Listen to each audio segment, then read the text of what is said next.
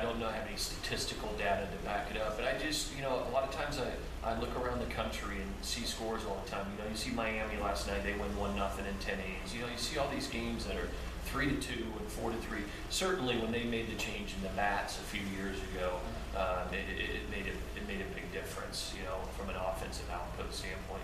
So, it's, you sit around as a coach, quite frankly, and you feel like, well, whoever makes the most mistakes, or takes advantage of those mistakes is going to win the ball game, and we played a 3-game series against Clemson, and two, physical offensive teams. We have some physical guys that they do too, and I think there's one home run hit.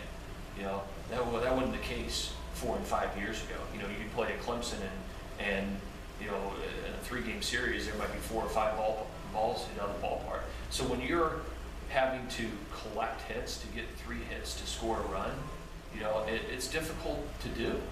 It's difficult to have a big inning unless the other team screws up, quite frankly, with walking guys and making errors. And I think it's attributed to that you just don't see many home runs hitting anymore.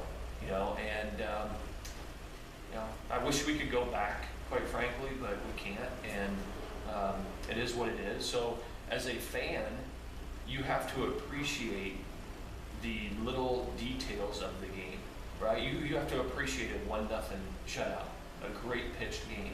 It might not be real exciting because there's not a lot of offensive explosion, but you have to appreciate great pitching and great defense. I mean, really all that we have to do is we have to look at who our national champion was last year, and that was UCLA.